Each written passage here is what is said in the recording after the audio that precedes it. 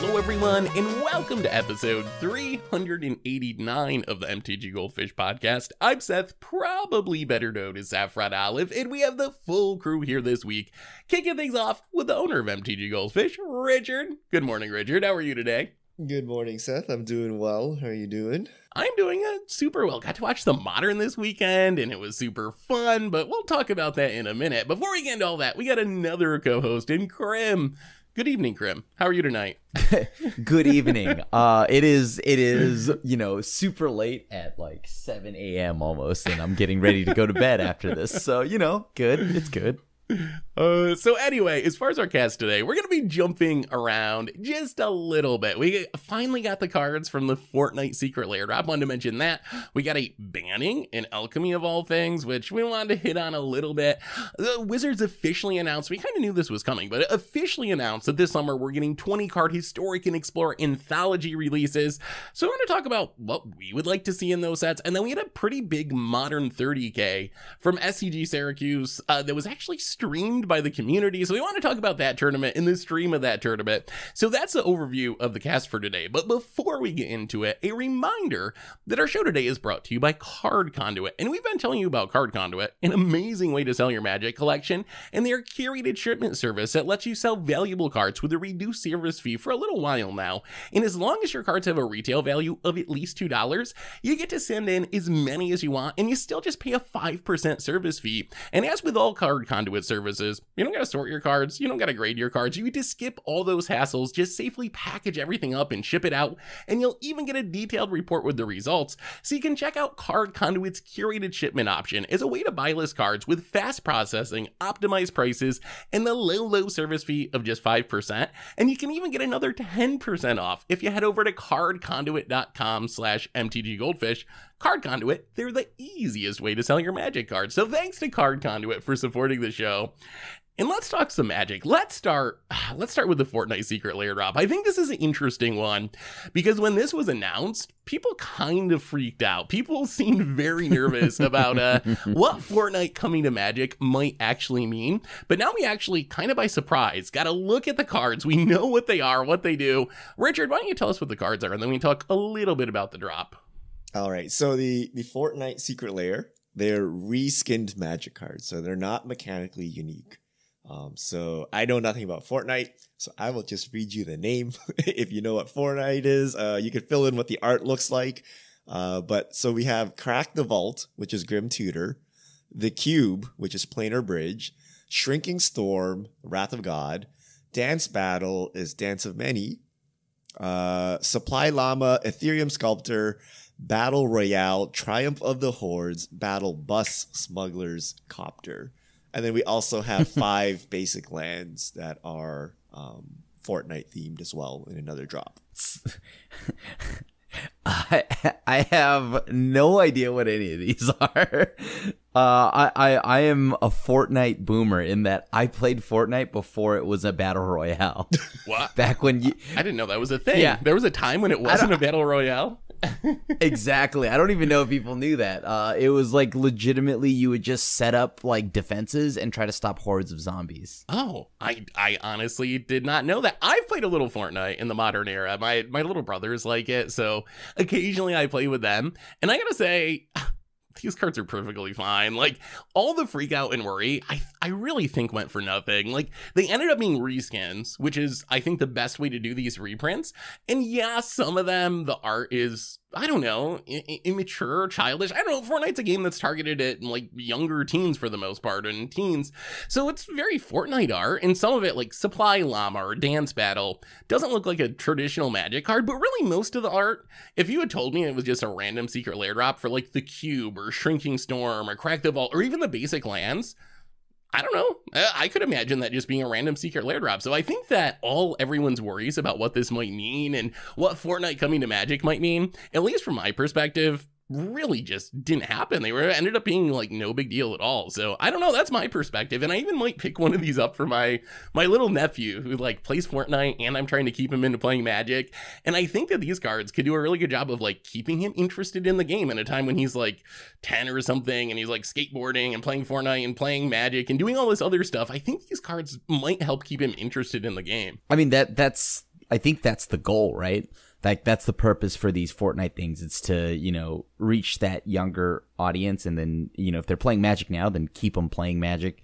If they're not playing yet, then getting them into it. But other than that, I mean, it sounds great. I think this is good. I mean, this is one of those moments where the product is not for me, and I'm happy if it hits the right market, though. There's so many weird cards now that it's just hard for this to bother me. Like, if this happened 5 years ago when we didn't have all these variants, maybe it would be like an outlier and be really strange. But we're getting like weird secret layers all the time. So the difference between having it be Fortnite themed art and some just random art from an artist series or whatever, like, I really don't see the difference there. But well, what do you think, Richard? I think this sucks. So I have no problem with Fortnite. You have a kid now, Richard? I have no problem with Fortnite, right? But I think the selection of cards here suck. Like Wrath of God in 2022. I don't know why we need this card. But like, I hate the Godzilla design, right? The Godzilla design is where you just rename the card, but put that name on it, right? So instead of Wrath of God, you're playing Shrinking Storm. Super confusing. They should have just put Wrath of God on the card and have the art be Fortnite, right? Like an artist series or whatever other Secret Lair drop we've had. But I also think this whole reprint Secret Lair Fortnite thing, this kind of sucks. They should have just made unique cards. I know a community is going to hate me for it, but it's not exciting to get this reprint, right? Like, do the unique cards and then 6 months later throw in, you know, whatever, throw in the Godzilla version in whatever Magic product or whatever is coming out, right? But like, does any of this scream Fortnite to you, Seth? You're like, Battle Royale? No, you're just playing Triumph of the Horde. You're just infecting out your opponents. What's Fortnite about this, right? Like, I don't know. If I actually liked Fortnite, I feel I'd be disappointed about this, no? I will say the art is very, very Fortnite. If you've ever played Fortnite, like, these are pretty iconic Fortnite things. The dance battle with the bear, the bus that you like ride in on to play. I will say the actual card selection probably could have been improved. Like Supply Llama in Fortnite, it's like this really pretty rare item that's full of like really sweet gear and stuff. So you got to break it open, and then you get like all these supplies. You get all these sweet guns and like med packs and stuff. I don't know why Ethereum Sculptor is the card choice there. Like, to me, like Ugin's Nexus, the artifact where when it goes to the graveyard you get an extra turn, like something like that. It needed to have some sort of like break this open and get cool stuff theme. So I think mechanically, I don't really understand some of these choices, with Supply Llama being like the biggest one. That like Ethereum Sculptor just doesn't remind me of Supply Llama at all. But the art, I think, is pretty Fortnite-y. And I actually went over to the Fortnite Reddit just to see what the response was from Fortnite people, because someone posted this, and there weren't a ton of comments, but I will say there were Fortnite players who didn't seem to know anything about Magic. They were like, well, how do I get these cards? Like, are these actual physical cards? Can I like just buy them and own them? And it seems like it's doing what Wizards wanted to, which is getting these people who play Fortnite who have maybe not ever played Magic to learn what a Magic card is, at least. I think the more I see these Secret Lair, Seth, you could give them a grizzly bear. Like, they're just buying the card art, right? Like the art and the name, right? That's true, but I think you're in the minority when it comes to Magic players. I think if we did a poll of Magic players and we're like, hey, would you rather have the Fortnite Secret Lair drop be unique cards that Wizards, new cards that Wizards designed for it, or be the Godzilla style reprints, I would expect like a huge majority of the community to vote for the Godzilla style reprints. I get what you're saying about it not being as exciting, but I think when it comes to these crossover products, I think the community would rather have unexciting but not new cards than new cards with whatever risks and downsides come with them. I'm with Richard on this community. Actually. I am super with Richard on this. I think like if the cards were something new, then I'd care, right? Like, because speaking from the point that I've never played Fortnite, right? And I mean, except the game that we know now that is Fortnite. I just don't care, right? So if they made it an original, a brand new card or something like that, then I would care, because that's exclusive to this drop, and you know, I would need it, or maybe I might need it at some point. So yeah, I fully think that'd have been way cooler, and then you could just make the Magic version in a list or something like that. But I think like if you made a mechanically unique like tier 3 or tier 4 card, like don't make like Soul Ring or like some ultra uber staple. I think everyone would be rightfully upset about that, but like Battle Royale. You're telling me you can't get a card that has a Battle Royale feel better than like a one-sided combat trick that murders one opponent? Like, it feels so like even if you had to pull from Magic cards, right? Like Triumph of the Hordes does not scream Fortnite to me. It should be like, I don't know, Alpha Brawl or Azorius Predation or I don't know, anything, right? Like this, I don't know, this just seems like weak sauce to me. Like, I don't know. Seth, you play both games. Does this feel like a battle royale to you? I agree with that part of it. I do agree with, like, I see what you're saying about the specific card choices and, like, why is Triumph of the Hordes representing a battle royale? Or I mentioned, Supply Llama doesn't feel like Ethereum Sculptor. So from that perspective, I definitely agree. What I think Wizards was trying to do maybe is make sure there were some, like, decent value reprints. Here's how I imagine Wizards viewing this is like, okay, we print these Fortnite art cards. Fortnite players are going to buy them just as like a novelty. Like they have the Fortnite art. It's a Magic card. That's kind of weird. So people are going to buy them. And based on what I saw on their Reddit, at least some Fortnite players are probably going to do that. And I think for Magic players, Wizards' idea was, well, if we put some value in here, hopefully people buy them. And like Triumph of the Hordes is like $15, $20. Grim Tutor is still $15, $20. Planner Bridge, Wrath of Gods, like $5. So if you add up everything, it's probably like $40-$50 of value in your Secret Lair drop. So I think that's what Wizards was trying to do. Although I will agree, like flavor-wise, the actual Magic cards being represented don't make a lot of sense. Although Smuggler's Copter for Battle Bus is pretty... That one's actually kind of like pretty good. Like if you're going to do the Godzilla skin, I think that one kind of nailed it. And Shrinking Storm as Wrath of God. Could it have been a more playable Wrath?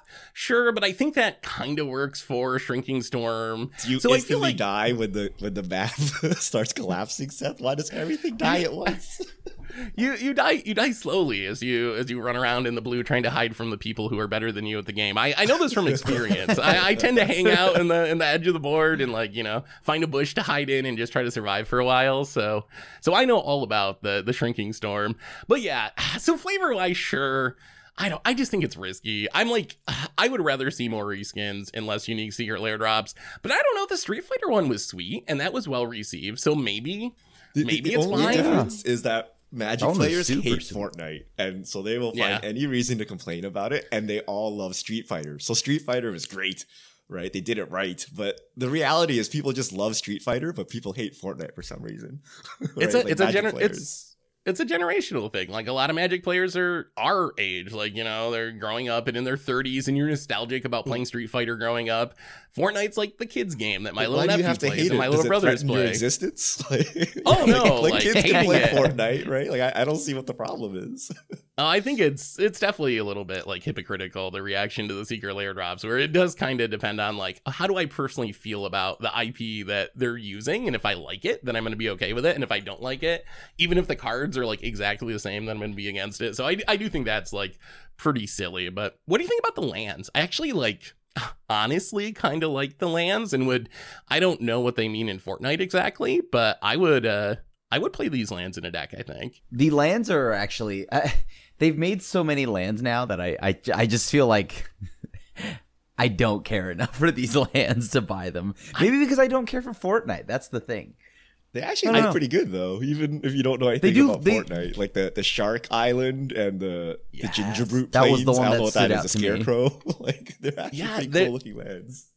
I think, and they fill, like, niches that maybe we didn't have a land for before, like Shark Tribal Commander. If you want to play your whatever that partner with pair is, it's the Shark and the Shark Rider. Like this would be the perfect island to play in your like Shark Tribal Commander deck, or like Scarecrow Tribal Commander with the planes. Like I like it. I think I wouldn't just jam them in any decks, but I do think they serve a purpose. And to me, they don't even seem Fortnite-y. Like the lands, if you just told me this was like a random Secret Lair drop, I'd believe you.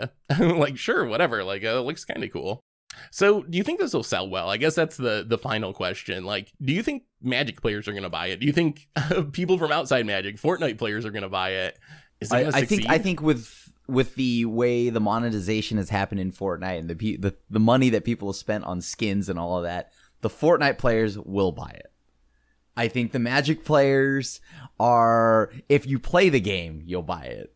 Other than that, you'll probably just hear the grumpy Fortnite in my fantasy game. Like, you know what I mean? Like, you'll hear that. Tomer brought up a really good point that Battle Royale is already on like kind of a salty card, and people are salty about Fortnite coming to Magic, and people are salty about Infect. So he wants to play it just to have like the double troll factor to make people extra salty as he kills them with his Fortnite Triumph of the Hordes and Commander.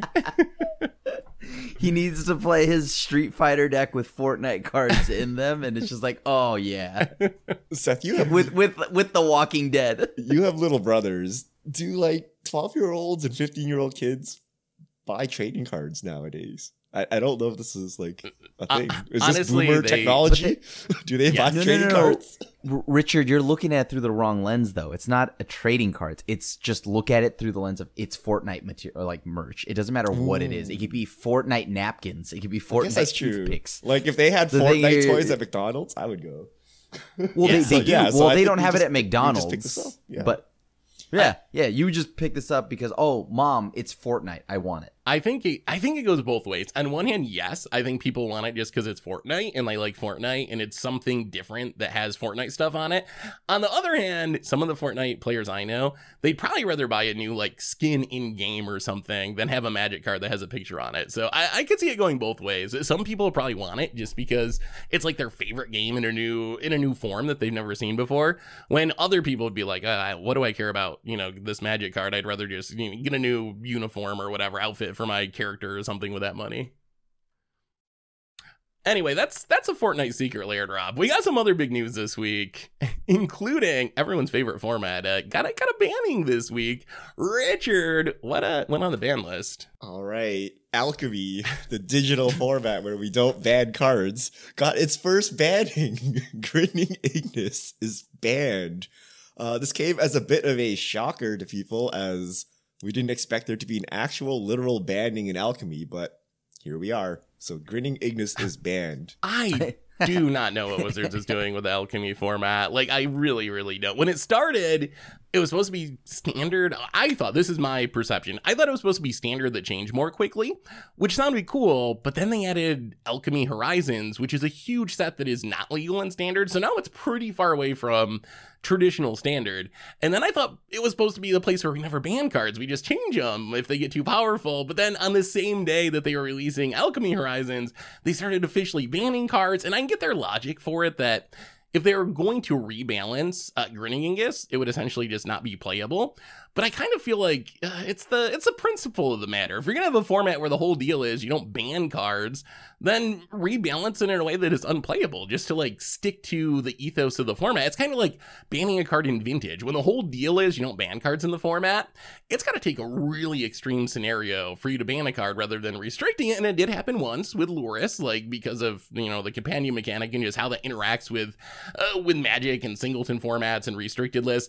But really, it's so weird to me. I do think the one Alchemy deck that I have played since Kamigawa released, we played on stream for just a little while, was the Storm deck with Grinning Ignis, and oh my god, that deck was broken. The whole reason we played it was just like, look at how messed up this format is, and wow, that deck was like unbelievably broken. It's, if you're comparing Alchemy to Standard, it would be one of the most busted Standard decks I think I've ever played. It was just so easy to go infinite with. So, I can't look at this and not think that Alchemy is a complete joke, right? So the reason is this, right? So if you rebalance Grinning Ignis, it becomes like unplayable. So they'll just ban it. In the same update, they took Cauldron Familiar, our favorite sack cat, and made it not able to block, effectively making it entirely useless and no one will play this card ever again.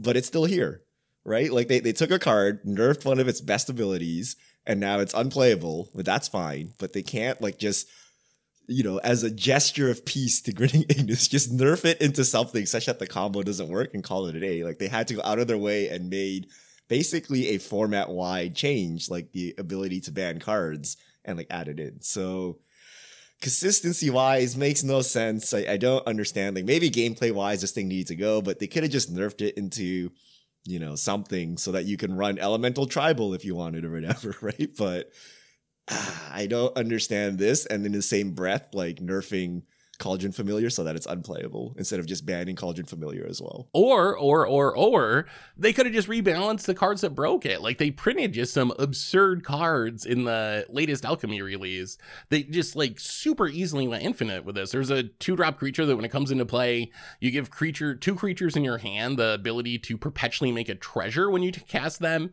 So that goes infinite with it. And then there's this 3-mana enchantment that when you cast a creature, you seek a creature of a lower mana value. So they just printed these like weird digital only alchemy cards that just absolutely broke Grinningus. So maybe if the idea of this format is you're going to rebalance things, maybe instead of banning the card that's been in Magic for 15 years, maybe you take and rebalance the new alchemy cards that you just put into the format so they don't go infinite as easily. Like that would be another way to go about it that would make a lot more sense to me.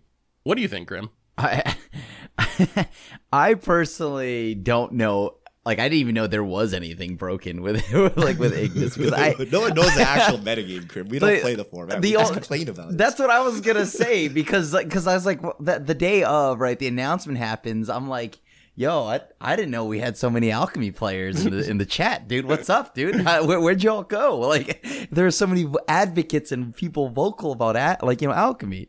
And I just started chuckling myself because I'm like, I don't know if people actually have played the format or not. Because I haven't played in a minute, so is it that bad? I mean, I am a little surprised that they banned something, but is it that like big a deal? Because like it was just like I feel like a lot of people were just harping on it for no reason.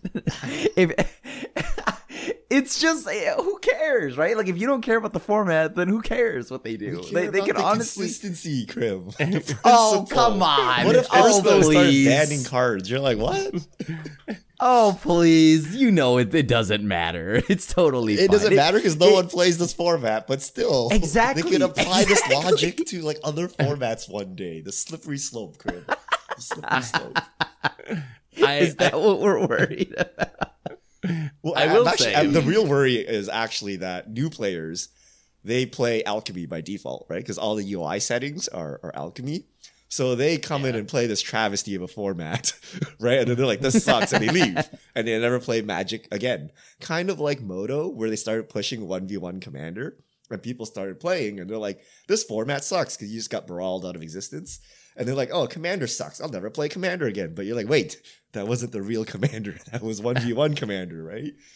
Who's telling these, new Fortnite players that, wait, alchemy is not, proper Magic. Play the good stuff, right? Like that'd be my concern long term. That yes, it's a meme format that serious Magic players don't play, but right. The first intro of anyone to Magic Arena is actually alchemy, and they are playing these cards, and they are getting hit by these rebalances and bannings. All right. Yeah. Go ahead, Grim. Well, that's the thing here. I guess the Ignis thing isn't the thing I'm thinking of. I'm more so thinking about everything that's going that got rebalanced, which I think is probably a good segue into the next bit, right? But before we get into the next bit, I do got one quick alchemy related story I gotta tell, and I'm a little worried that I'm gonna get canceled for this. But over the weekend, I was watching the Modern event, which we're gonna talk about in a minute, and I was like, you know what, I could probably play some Magic while I'm watching this tournament. Maybe I'll try a Alchemy Horizons draft. And I know that's blasphemy and it's supporting alchemy and all this stuff. I get it. But Seth, you can't. But I will say two things. I actually enjoyed playing the format. I thought it was fun. But playing a couple of drafts of the format really made me realize one of Wizards' really big mistakes with this Alchemy Horizons set, which is there's a bunch of cards that have the same art, even though they have different abilities. They have that whole mechanic that you flip cards around and they have the same art. There's a card called the Hourglass Coven, which is this like warlock that when it comes into play, you draft 2 cards from its spellbook, which are also creatures that have the same stats. They have different names, but they have the same exact art, but they all do different things depending on which ones you draft. And it made playing this format incredibly slow. Like, one of the biggest strengths of Arena is you can play games of Magic really fast, and just trying to do a draft of Alchemy Horizons, even though I enjoy just the weirdness of the format, I was like timing out trying to make picks because I had 5 backsides of cards to try to like click through to even know what any of the cards did. Stuff on the battlefield, just a bunch of stuff has the same art even though it does different things. So I'd have to like right click on all the cards to see which one was doing which thing. And it just made the game really, really slow. So my perfect world is like we just stop supporting Alchemy and start supporting Explorer and Pioneer. But if Wizards is going to keep doing this, at least stop using the same art for multiple cards. Like that actually matters. Art is a shortcut. Like that's how we know what's going on the battlefield at a glance. Is you see this card and you're like, oh, that's a Ragavan. I know what that does. When different cards have the same exact art, it really throws that off and just slows the pace of the game to a absolute crawl. So, I mean, I won't lie. I definitely I accidentally thought a card did something that it did not, just because I followed the artwork, so I know exactly what you're talking about. Yeah, so I just after playing it, I realized, because it looked weird on paper when I saw the spoilers, like, that's weird that all these cards with different names have the same art. But then after playing with it, I was like, oh, it's actually pretty impactful of your ability to know what's going on the battlefield when that happens. So anyway, we got better news. Let's move away from the world of Alchemy and into the world of formats that we'd like to replace Alchemy with. Explorer and I guess also Historic. Wizards announced anthologies are coming. We kind of had an idea we were going to get some sort of Explorer anthology this summer. I believe Wizards said it's going to be 2 20-card anthologies, one focused on Explorer, one focused on Historic, coming out at some point this summer. I don't know exactly when. I would assume our next standard set is the first week in September. So I'm guessing at least a few weeks before that, so people have something to do that's different over the summer. So I guess maybe the beginning of August sometime we'll see them. But my question to you is, what do you want to see in these anthologies? Like, we got 20 cards. That's a lot of room. What do you want to see for, I guess, Explorer in specific? But if you have historic opinions, feel free to throw those in too. Kalitas. Sorry. Kalitas? Krim's been pushing for Kalitas for so long. Krim really wants his Kalitas. God, I just need... Okay, I don't even think the card is busted or anything. I just want my 4-drop mid-range deck. Right? Like, this is like the primo card. It helps me beat red deck. It's like graveyard hate. We just need Kalitas. It's not even like I'm asking for a lot here. He's not even like broken, right? What is taking them so long for putting that card in? Like, I don't even care what else they put in. I just want one card. I've been asking for Kalitas since like the first Historic anthology. I mean, yeah, I'm surprised it hasn't shown up yet either, but maybe Explorer will be the reason that we actually get it, because it is a relevant card in Pioneer. That's a card that a lot of people play, main deck or sideboard. So I could definitely see that being a... Of course you do, Crib. Of course you do. It's a Grixis mid-range deck. It doesn't work unless I have it, you know? It's like, I just need that. Okay, is there anything else? Oh, yeah. And this is like... No, wait. No. That is in... What is not... I'm trying to think here. What is in Pioneer right now that I personally love that isn't in Arena yet? But yeah, I'm gonna pass that, because that's the main stuff I want right now, because I really just want Pioneer on Arena. Yeah. I also just want Pioneer on Arena, and a 20-card anthology isn't going to get us all the way to Pioneer on Arena, unfortunately, although it can do a lot of work. I know for me, a big one that I keep harping on is Nykthos. I really think we need Nykthos. There's so many devotion decks in Pioneer that play Nykthos. Mono green, mono red, mono black, mono black. I've seen every single monocolor of devotion at one point or another. And that's a really big piece that they're missing. So I'm hopeful that is at the top of Wizards' list, because I think that would like immediately bring a bunch of new decks to the format. I don't know if I want mono red to get better, but like Eidolon of the Great Revels would be a really big addition that sees a lot of play. So I think that could be good, and that would be probably necessary if we ever get the combo decks. I do not want to see Lotus Field yet. No. Or not Lotus Field, but the pieces of the rest of the pieces of the combo deck, because we already have Lotus Field. But I don't want to see the Hidden Stirrings. I don't want to see Jeskai Ascendancy yet. I just don't think we're ready for those combo decks. We should have Dig Through Time. I want Dig Through Time. Oh yeah, Dig Through Time or Treasure Cruise actually are pretty big ones, especially now with Expressive Iteration being banned, and I still think those Right. Delve cards probably need to be banned eventually. But in the meantime, they are even more important now that that Expressive Iteration is banned. Right. Like, because, like, to fight back against all the thought seizing that happens, you do need something to pull you back into the game, right? And that's where Dig, Treasure Cruiser, all that does that. And I also want Thing in the Ice, because I want to build my Dimir control deck, and I just want to I want to play Thing in the Ice control. Okay, that's it. See, I'm not even asking for a lot. I also think we could use some land Verdict. improvements. Oh, Supreme Verdict. Yeah, Supreme. Krim wants all the control cards. Yeah, Krim just wants control to be control tier 0. Yeah. yeah. We could use some more lands. I don't know if I want an entire land cycle in an anthology because it eats up so many slots, but I would like to see maybe Mana Confluence. That's a card that actually sees play as an untapped land in like 3 to 5 color decks, and we don't have that on Arena yet. And that would probably be somewhat relevant for like Brawl 2. So I think that would be a really nice inclusion that would only take up 1 slot. But what do you think? Oh, go ahead. Spell Queller. The spirit stuff, I keep hoping they're just going to do like Shadows over Innistrad Remastered and we'll get all the spirits there. But if they're not going to do that, Spellqueller, Mausoleum Wanderer, Selfless Spirit are like the 3 big spirits. And I think that would be really cool to see some of those. Probably Mausoleum Wanderer last, because what I want is the ability to not be mono blue spirits. We see spirits a little bit in Explorer, but it's always like mono blue Curious Obsession spirits. I want the pieces so we can build like Coco Bant spirits or something like we see in Pioneer on occasion, or blue-white spirits.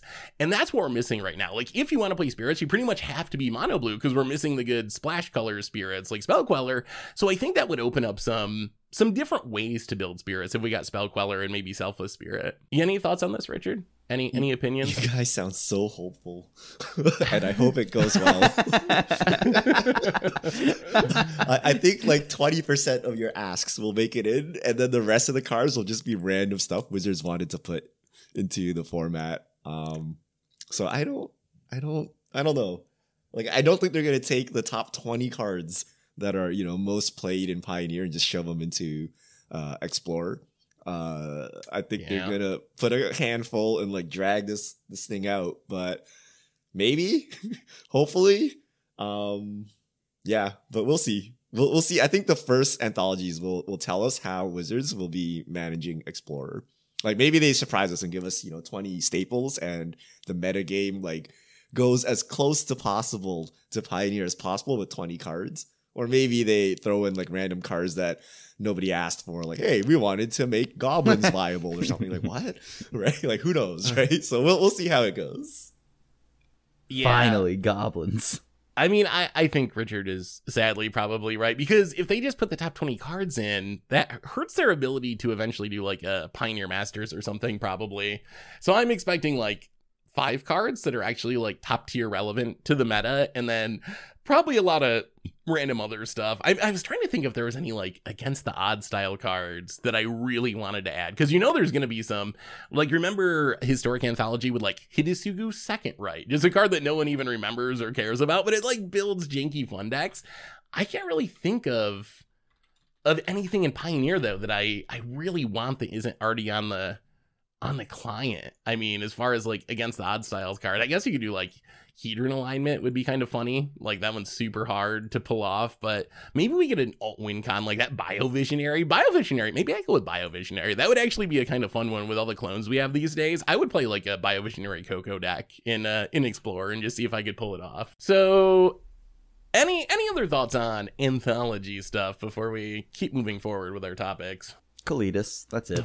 Just Kalidas again. I actually want Kalidas now, just so I can stop listening to Krim ask for Kalidas. It's been like a year. Come on, Wizards, do me a solid. Just give it to Krim so we can stop talking about it, please. All right, we got some modern news. There was a SCG 30K at SCGCon Syracuse this weekend. It was a pretty big tournament, and we're going to talk about the deck list momentarily, but I got to give a shout out to OnZD MTG. There was actually a stream of this, and this was just like a private stream. It was not hosted by Wizards. It was not hosted by SCG, but there were feature matches through the entire thing. There were a ton of great casters.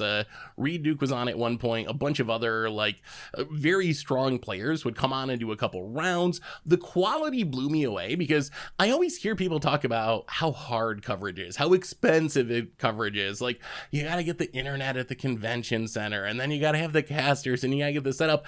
Well, NCT is just like doing this stream on their own, and it was really, really good and watchable. I watched it through the entire thing, went through the entire top 8. It was really blew me away. So very exciting to see Paper Magic coming back, and it made me think like, maybe it's not as cost prohibitive and difficult as it always sounds. Like, if people can do this on their own and have the quality be good, that makes me even sadder that like SCG doesn't bother to put on the stream for all their events, or Wizards doesn't bother to do it for all their events. But I guess it's nice to know that the community can pick up that mantle, and the stream seemed very successful. It got up to almost 2,000 people. I think it was the most watched Magic stream at the time once we got to like the top 8 yesterday. So definitely was blown away by that, and hopefully we see more of that in the future. I don't know if either one of you managed to catch any of it, but yeah, it was super cool. Wait, how is this possible? So like they were able to ferry off people into a feature match and get them time extensions without being properly affiliated with the tournament? Like, how did it actually work? I don't know if they did have feature matches. They had their own like little feature match area, essentially. They even had time walk matches, so they were filming 2 matches at once. So you could do one and then they would play the replay technology one. It really was like a SCG or a WotC stream. It wasn't like, I was expecting, you know, someone, you know, holding a shaky iPhone over the camera and talking about it, but it was like Reed Duke, professional casters, time walk matches. It was like the whole experience. So I assume they must have like talk to SCG about it, because I guess it probably benefits SCG as well. So maybe like, hey, can we like, you know, do this little feature match area or something? There had to be some connection there, but it wasn't sponsored by SCG, run by SCG, equipment from SCG. So I was very, very impressed. Hopefully we see more of it. Anyway, we also got deck lists. Richard, what actually went down at this pretty big paper Modern tournament in Syracuse? As a Modern 30K, I think it's got to be like the biggest Modern tournament in years, because it's been quite a while. So looking at the top, I guess, so the deck lists are on Melee, the top 12.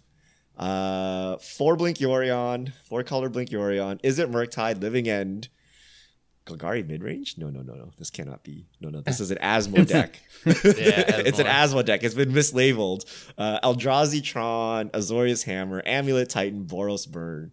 So basically, all of your favorite Modern decks. And just outside the top 10, you have some Yawgmoth and Indomitable Creativity and Rhino decks. So basically, what you expect from the Modern meta. Anything surprising here to you guys? I mean, I think by my count, there's 8 different decks in the top 8, that's very Modern to have a whole bunch of different archetypes. Yes, as we've talked about many times, pretty much all of those decks, outside of maybe Eldrazi Tron, lean heavily on Modern Horizons 2 cards, but it's looked like a very diverse format. It's a little jarring to see the winning deck actually over $2,000. I think this is the first time I've seen a deck break $2,000. There's been like some $1,800 Yarion piles, but we're actually up over $2,000 for the number 1 Modern deck. But I don't know, Modern looks... it is what it is. Like, for being a Modern Horizons 2 format, I think it's in a pretty diverse and, I guess, kind of healthy place if you can overlook the pure amount of Modern Horizons 2 cards that see play in the format. If you ignore the prices and stuff, I mean, it is, you know, like, healthy, right? Like, I think it is or I guess maybe not healthy. It is diverse. So... I don't know. I mean, I hate these color control decks, but yeah, and I like control, you know. But like, these aren't. This is not the control you grew up with, Krim. No. I'm starting to feel like I mean, I don't even recognize control decks anymore. I would almost argue it shouldn't even be called control. Like, just looking at the deck lists of like Ragavans and Icefang Quaddles and Omnaths and Wrens, like, is it even really a control deck? To me, it's just like a mid-range pile. It's just like mid-range all the pile. best and most expensive cards in the format mashed together. But I don't know. I guess you got counter spells. Is that what makes it a control deck? But to me, that doesn't actually look like control. Yeah, I don't know if that's enough to make it a control deck, we but I mean, have control whatever. decks in the format. They just suck, so they're not here. Yeah. Whoa. You right, You though. can try You're casting right, your though. Jace the Mind Sculptors and Teferi Hero Dominarias if you want, but the one drop they played is going to murder everything. So you're kind of I mad and can't- negative here, bouncing their one drop with your 5 drop. You know, I can't believe this is the timeline I'm in now. It was also interesting to see Paper Magic again, because we've been for the last like 2 or 3 years, it's been all digital, and stuff doesn't get missed in digital. So it was actually kind of interesting to be like, oh, like that person didn't draw from their Mishra's Bobble. Like maybe they should put a dice on top of their deck because they keep forgetting to draw like on the opponent's upkeep and stuff. So it was kind of heartwarming, I guess, to see Paper Magic happening. The Asmore deck was really fun to watch. Out of all the top 8 decks, that was probably, I mean, Asmore is not like an unknown archetype, but it was probably the spiciest, and it was really cool to actually see it doing well and taking down Primeval Titans. One thing I wanted to ask you guys about, though, this was the first tournament that I remember watching that cut to top 12 rather than top 8, which this has got to be a new thing. So the idea was you cut to top 12, the top 4 of the top 12 get a bye, the bottom 8 play each other, and then you proceed with essentially a normal top 8 from there. Is this a new thing? Did I just miss this? When do we start doing top 12s? And what's the upside of a top 12 compared to a top 8? I don't think we ever did a top 12 normally, right? Like, I don't remember. unless a I top also 12. missed it also. Yeah, like, what? Why is there a top 12? I mean, Swiss more important, or does it? Because you get I think that's in the first round, right? Essentially. I think the idea, yeah, from what I could gather, hopefully it leads to less intentional draws because you have a incentive to play to be one of the top 4 to get the bye. And then it also, I guess, would keep more people live going into the last couple of rounds because the cut goes to top 12. So if you're someone who's in like 15th or something, maybe you have a win and in, when if it was a cut to top 8, maybe you wouldn't actually have a shot at that point going into the last round. So I guess those are the upsides from what I just gathered, hearing people talk about it and watching chat yesterday and whatnot. anything to reduce intentional draws. Yeah, it's The worst thing from a spectator's point of view for Magic the Gathering was intentional draws. So yeah, well, by far. So I guess maybe that's cool. It was just a little jarring because there was like, we were watching a top 8 and there was like the person who was in 9th was in the tournament, and there was a lot of confusion when people would come into chat and be like, wait, why is the person in 9th in the top 8? Like, that doesn't make any sense to me. So, but once people get used to it, I think maybe it would be a positive to do it this way. Like, I guess, yeah. I mean, it's just, I don't know, right? Like, I've never seen it done, but I guess it could be interesting. Like, yeah, if it reduces the intentional draws, but I just don't understand who's watching competitive Magic. Well, there were almost 2,000 people that were watching this random stream yesterday, so which isn't old Pro Tour numbers or anything, but it was pretty successful considering there was like no promotion. I only knew about it because it randomly came across my Twitter, and I started watching it. So considering no promotion or anything, I thought it was a pretty good number, and it'll be really interesting to see. We're slowly getting back towards having paper Pro Tours. We know they're starting like the beginning of next year, so we got 6 months, 5 months or something till we actually get to Pro Tours, and it'll be interesting to see what those numbers look like once we actually get them back. Hopefully that leads to a big boost in views, because it was fun watching Paper Magic. It's just different. It's different to see people see their cards. That's something you don't really get on Arena. There was a ton of, I mean, these are, hardcore Modern players. And then they showed a little bit of the end of the Legacy tournament then. And people just had beautiful decks, everything like promoed out and blinged out. And the judge promos that are $800 to get your Brainstorm or whatever. And that's something you just don't get watching digital Magic to the same extent. So there's something special about it. Maybe I'm just a paper boomer or whatever, but I don't know. I really enjoyed you say watching that Paper now. Magic. The next tournament will be Fortnite cards and Street Fighter cards. You're gonna be like, what is this blasphemy? This sounds like major copium right now. there was one guy that he was playing a Griselbrand or the Neoform Griselbrand deck, and had like a completely blinged out deck, but must have added gut shot at the last moment or something because of Ragavan, and had just like a normal like master set non-foil gut shot, and this like completely blinged out beautiful deck. I was like, oh, I love that. I love that. Or no, that is beauty. Don't never change, never take that out. You got to mix and match.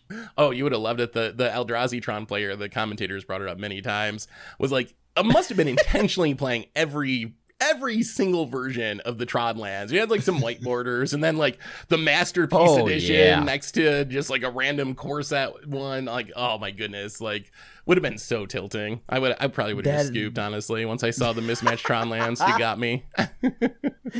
Oh, only thing it could have been better if they killed me with the Fortnite Triumph of the Hordes. That would be the ultimate tilt. Mismatched Tron lands. Fortnite Triumph of the Hordes. You got it. I'll Anyway, scoop to that. I think that's all the main topics we had for today. But that means we got some time for fish mail. Richard, why don't you fish mail us? All right, if you have questions, send them to @MTGGoldfish with the hashtag MTGFishmail, and we'll get to your questions on air.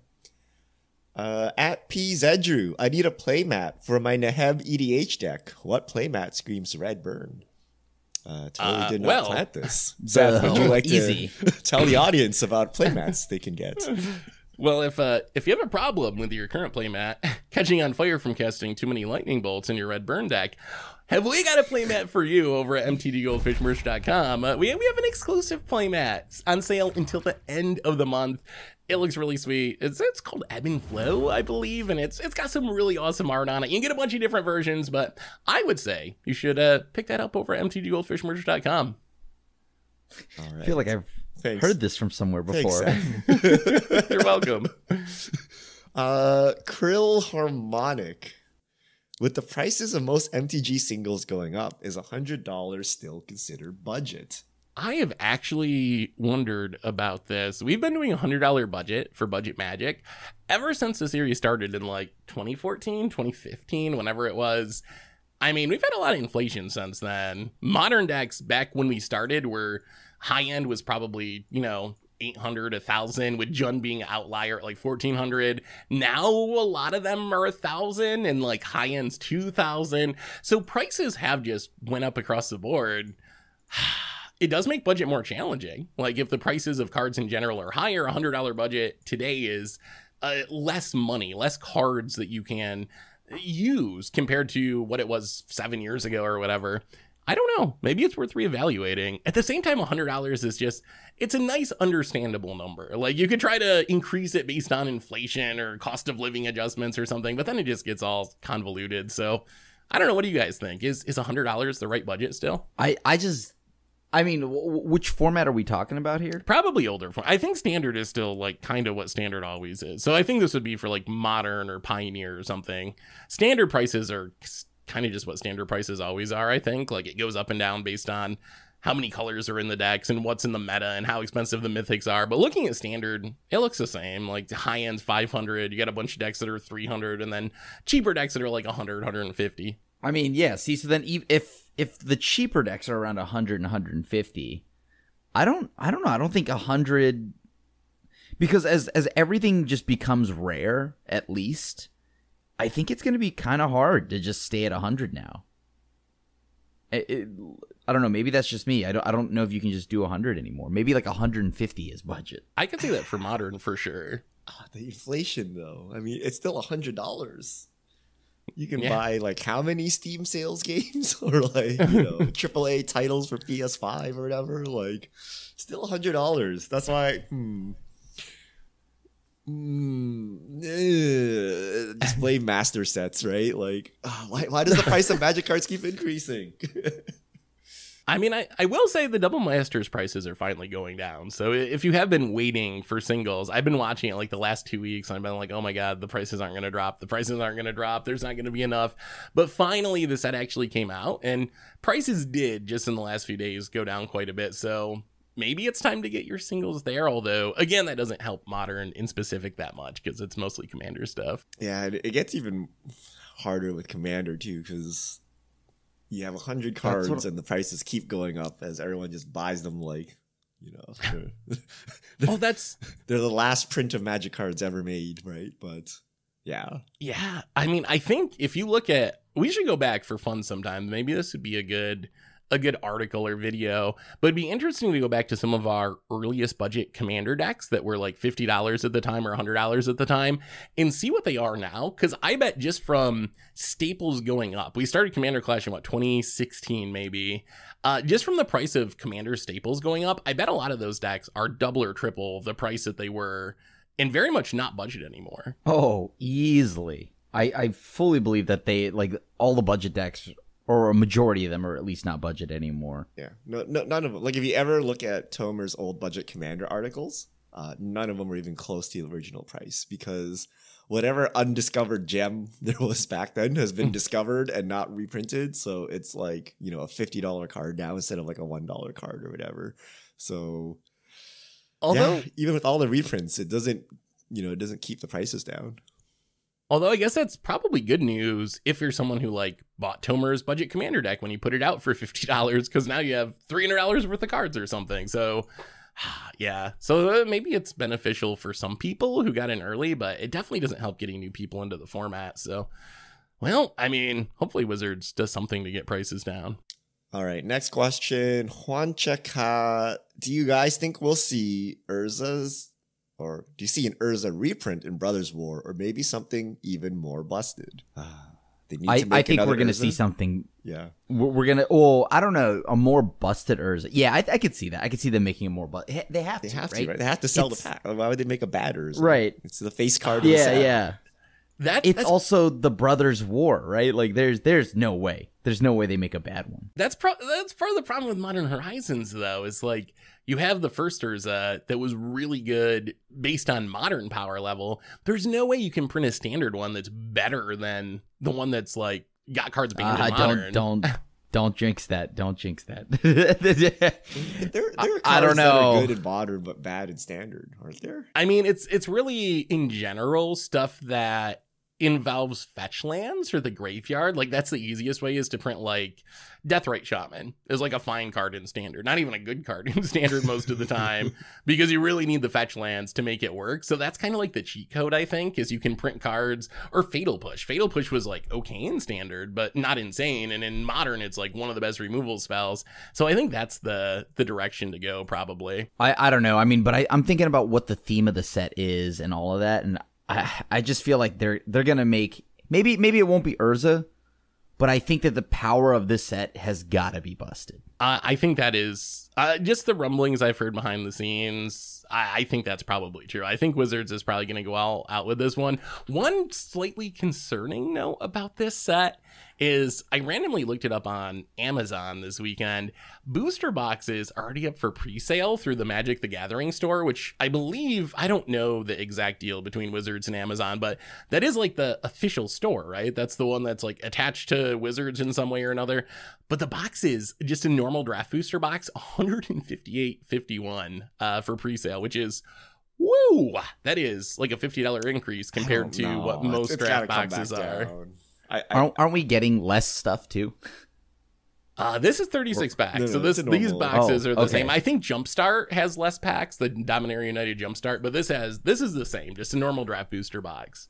But the price is like, cool. Maybe that'll change. This is pre-sale. It's Amazon. Who knows? But right now the price is like, it was shockingly high to me when I saw it. It's a standard set. It'll be fine. It does have box toppers. I don't know if they confirm this, but just reading the information about this, I don't even know if all this was public. There's a legendary creature in every pack, which I don't know if that was known before. And you get a foil box topper if you buy a box. So we know there's box toppers and legends in every pack. Which sounds like first Dominaria or last Return to Dominaria. Didn't last Dominaria do that too? Wasn't that a legend themed set? Yeah. There was and that was well received. 50,000 more commanders. Well, no, we don't need a million more legends. But last Dominaria was sweet. So if it's like that again, maybe. Yeah. I mean, look, I it's too early to start worrying about it, but I will say that I don't care how many legendaries they print. I'm just curious how fun the standard's going to be, right? Because we have rotation coming up. Like this is the big thing, right? Like, what is the next format gonna look like? And that's all I want to know. I mean, standard has been good lately.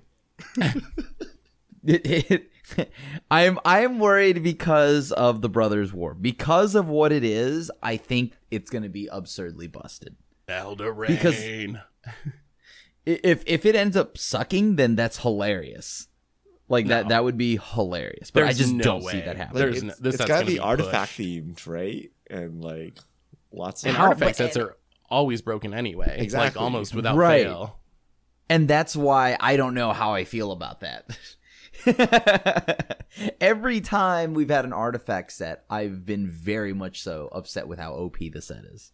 I'm hyped for it. This is what I've been waiting for. I was excited for Kamigawa. I was, interested in New Capenna, but it was really Dominator United Brothers War. Those were the sets. As soon as they announced the products for this year, those were the two that I was like, okay, I cannot wait for these. And I'm expecting high power too. I'm just hoping it's not brokenly bannably high and it's somehow healthy, fun, high powered, but I guess we'll see.